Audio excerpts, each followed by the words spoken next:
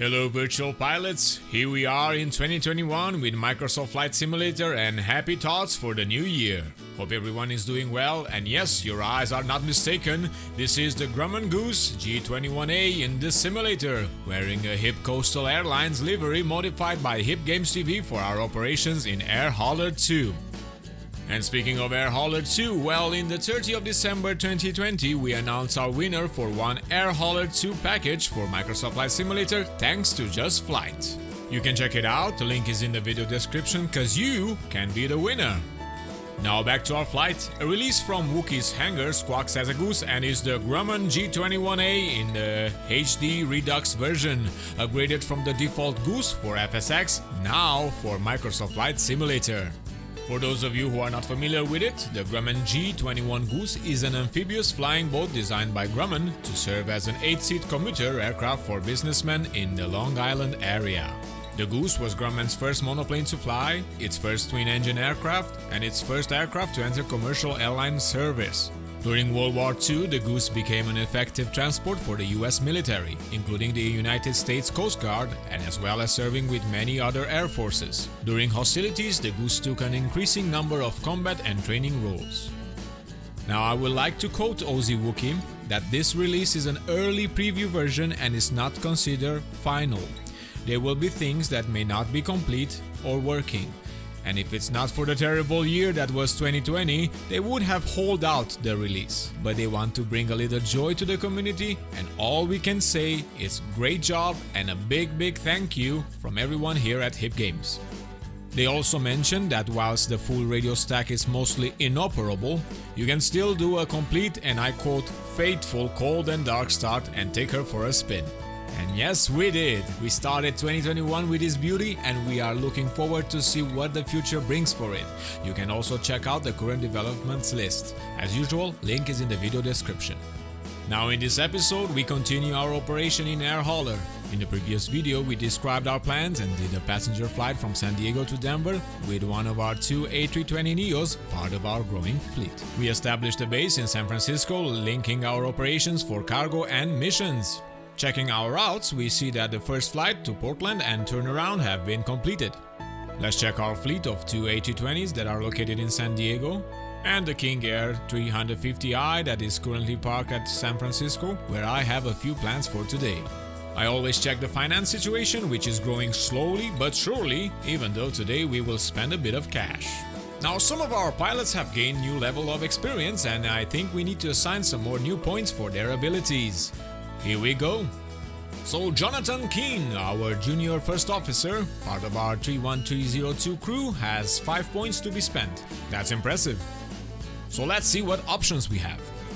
We will avoid the cargo section at this time and focus on PAX operations for obvious reasons. Faster PAX boarding, lower landing and departure fees, higher PAX flights income, that's a good one, and PAX jobs earn more reputation. Now I think we will go with lower landing and departure fees, that's one. Then higher income, and we always want to gain more reputation for our company. We still have 2 points left, so more to income, and maybe airmanship section? Rocketman? For a more efficient cruise, why not? Okay, that's for Jonathan Keane. Let's see for Jay Seward with 1 point. Jay, for you we assign more reputation at this time. Okay. And we have Lila Hawkins with 2 points. Good job. Let's assign lower fees and reputation. So that's it for our pilots. I sometimes check also the missions that are available, though at this time I'm sticking with our plans for passenger flights, so everything goes smooth. As we can see, I am the only one currently in San Francisco.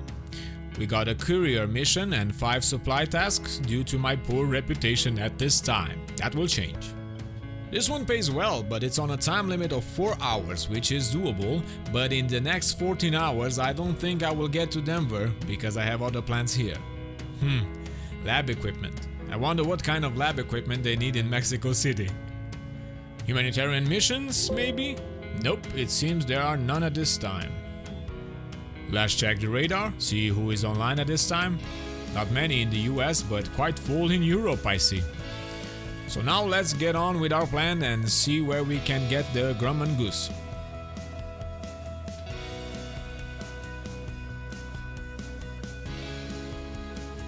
And brand new, it comes at a cost of $1,269,000.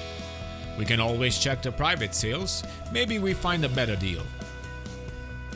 And I think there is only one for sale here, for $698,000. But it is at 55% condition and I must go collect it in beautiful Suriname, South America. So it's decided, we get a new one. Now, it's going to go to our company or in our private fleet. Decisions. Company it is. Now, configure for passengers or cargo. Well, we can change at any time this option, so we will fit it for cargo at the moment. And to be delivered at San Francisco, where I am. Yes. Good. Now, as I don't have a type rating for this aircraft, I need to take the test. I will, but give me a second to prepare.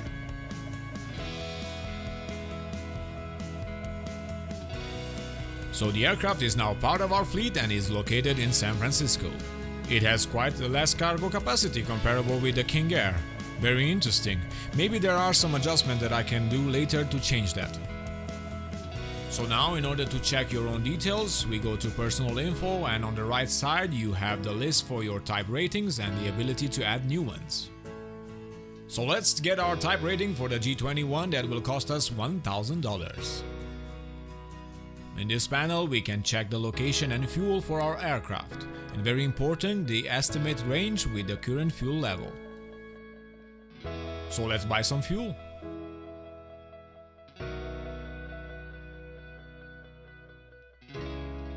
A range of 200 nautical miles should be enough. We hit OK and we purchase the fuel for $148. Now this window appears and we will hear a signal that will remind us that once we are in the sim, we still need to hit OK in order to connect air hauler and commence our operations. I am always ready with the airplane in cold and dark state, so we can hit OK. Then we wait for the connection. And there you go, we are connected and our flight is correctly located at Kilo Sierra Foxtrot Oscar at San Francisco International. So here we are in the cockpit, preparing to start up. Let's open the engine fuel valves first.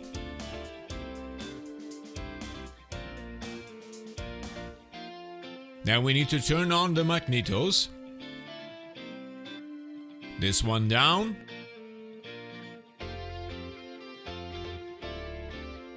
And the left one to the left.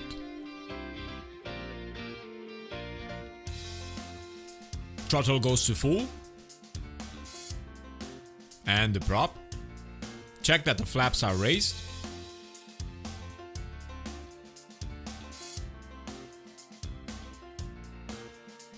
And we are starting cold. Let's hide the yoke.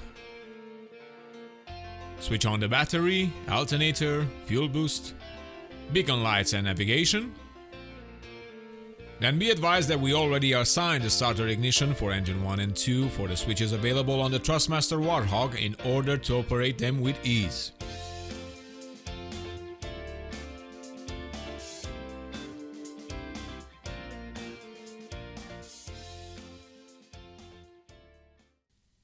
So starting right engine by holding engine 2 startup switch.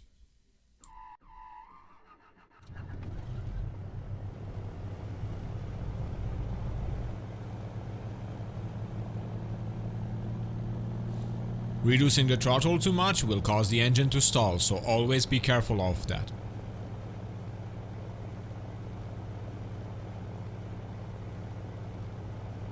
Okay, checking the gauges. Everything seems right.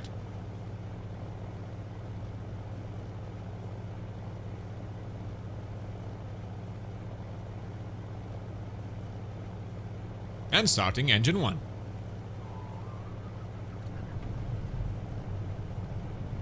All warning lights for both engines are off.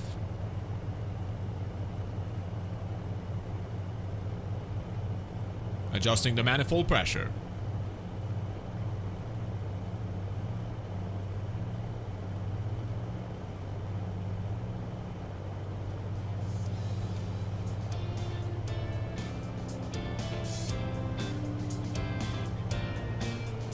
Now avionics master goes on. And dash light for last checks before we start our pushback.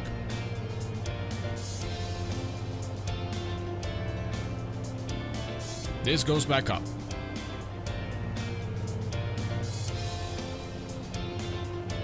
And we are ready for pushback.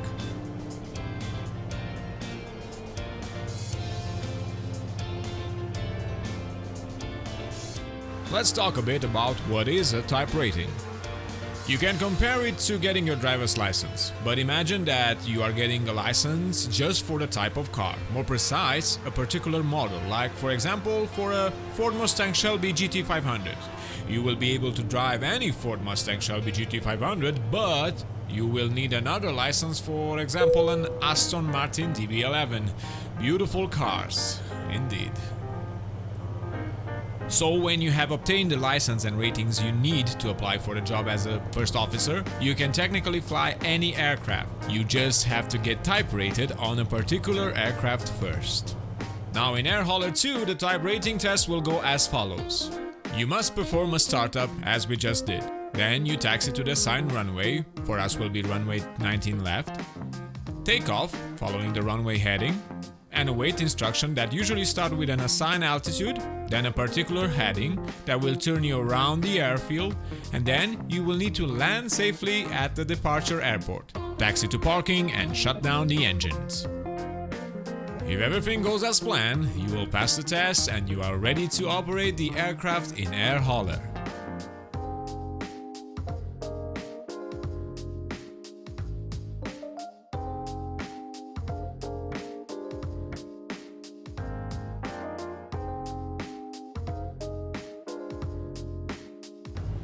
So here we are at runway 19 left at San Fran International.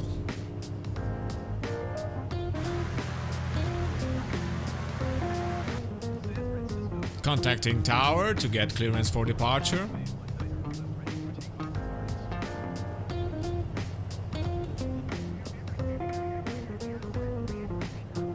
Flaps set for takeoff.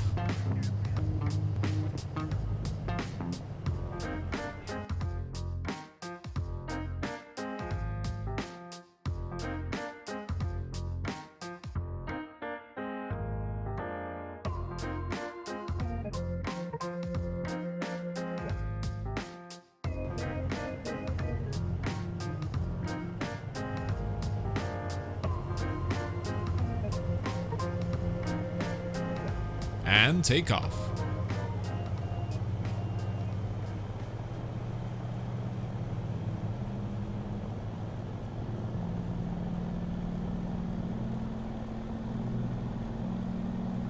The back wheel raises first.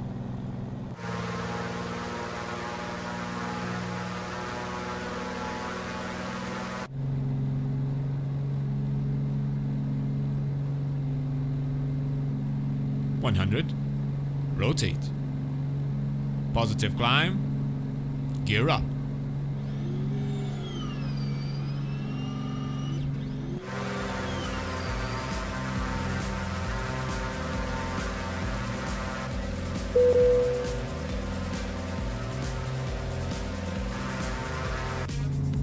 And we are assigned for a very low 1,200 feet. Let's reduce power and set it together with the RPM in the green.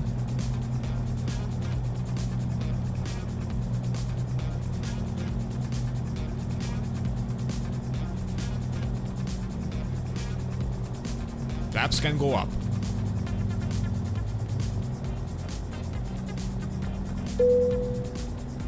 So we got a new heading.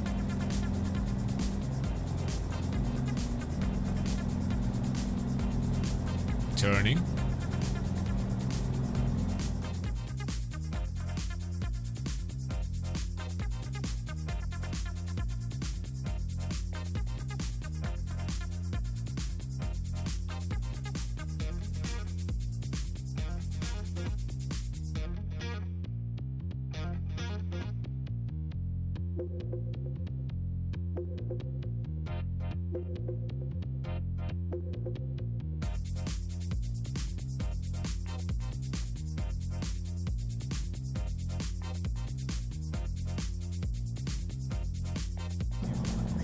We climbed a bit in the turn, so I'm trying to descend back to 1200. So here we go, another heading, this time for 239 and even a lower altitude of 900 feet. I wonder if it's because of the weather.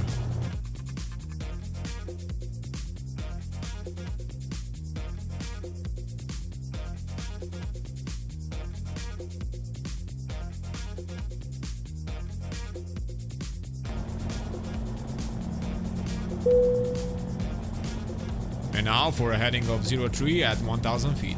Let's move on for the last assignment.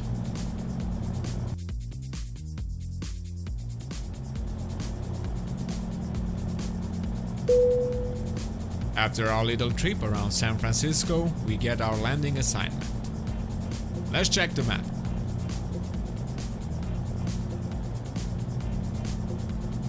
Alright, we are going to turn for San Pablo Bay to our port side and move into San Francisco Bay above Freeway 80 and prep for arrival.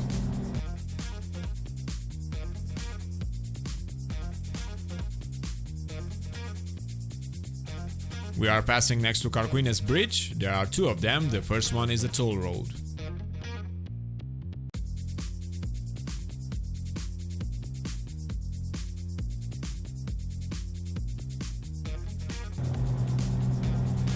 The temperatures are quite high, so I need to be more careful with the throttle and RPM settings. We are about to pass over Phillips 66 San Francisco Refinery, which I think violates many laws, but no worries today, just heading for the bay.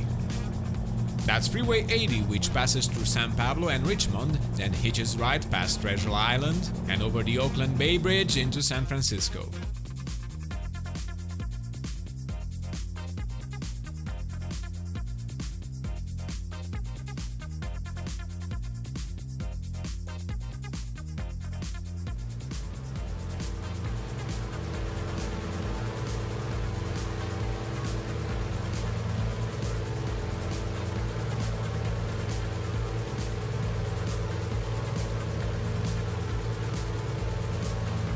You can just make out the famous Golden Gate Bridge.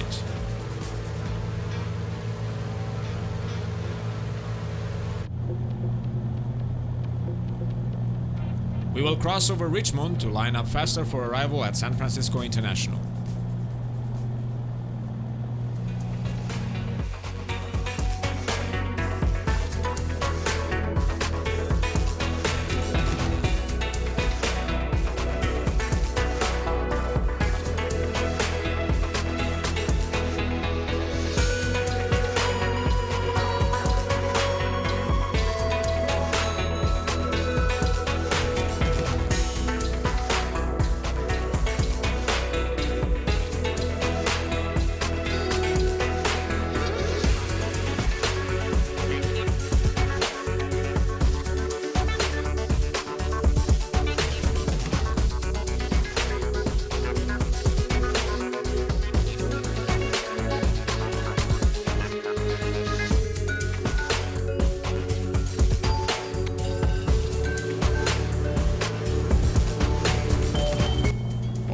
Not much left now. I am planning to move the Grumman up north close to Alaska and do some missions on the coast. It will take some time, but it will be fun.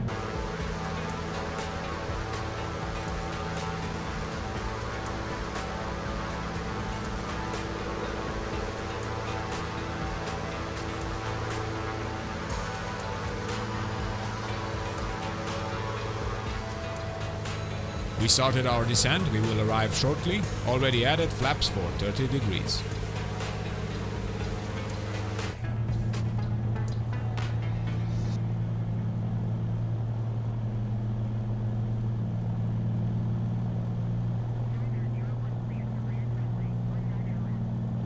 So now we are clear to land on runway 19 left.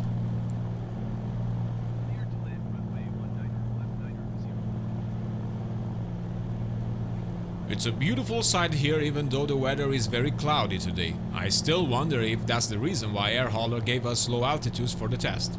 It will be very interesting to find out that is the case.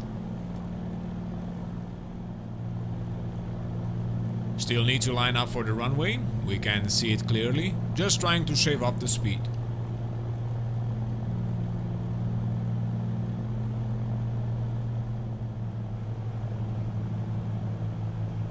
And full flaps. Landing gear down.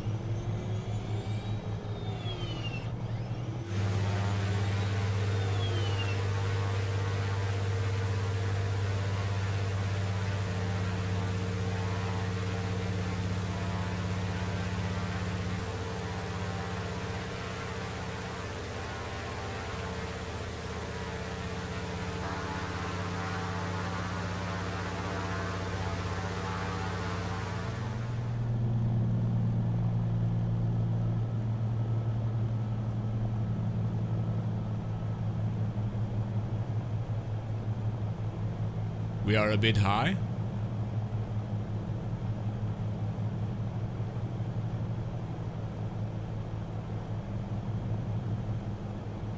There is a bit of crosswind, nothing dangerous.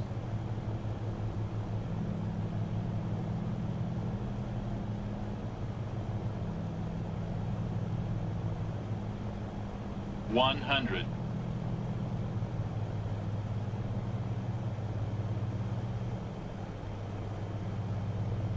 50, 40, 30, 20, 10. And touchdown. Missing sounds for landing and runway roll, but for sure they will be added later.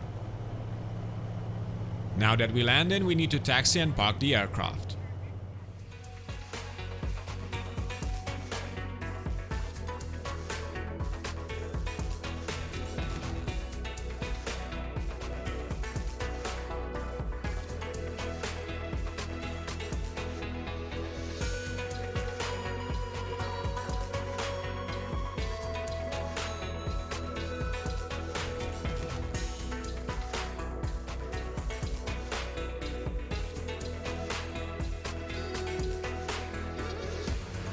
And here we are, safe and sound. Let's see if we pass the test. Might choose to park here so we can refuel next time very easily before our long trip north.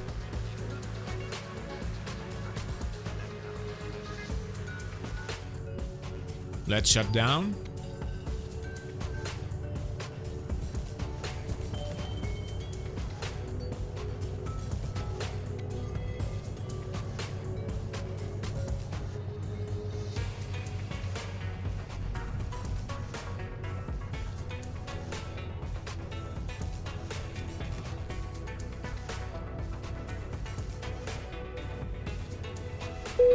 And that's it.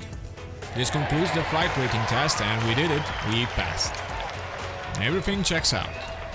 So now let's switch to the air hauler tab. I keep it on the upper monitor so I can track the situation at all time during my flights. I must try it in VR as well. In X-Plane 11 it worked quite well, so I see no reason why it would be any different here.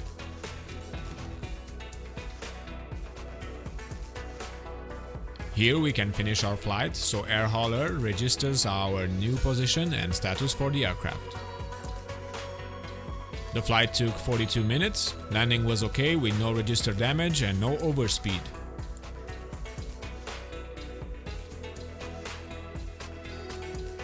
And now if we check our personal info, we can see that we have the G21 type rating in our list.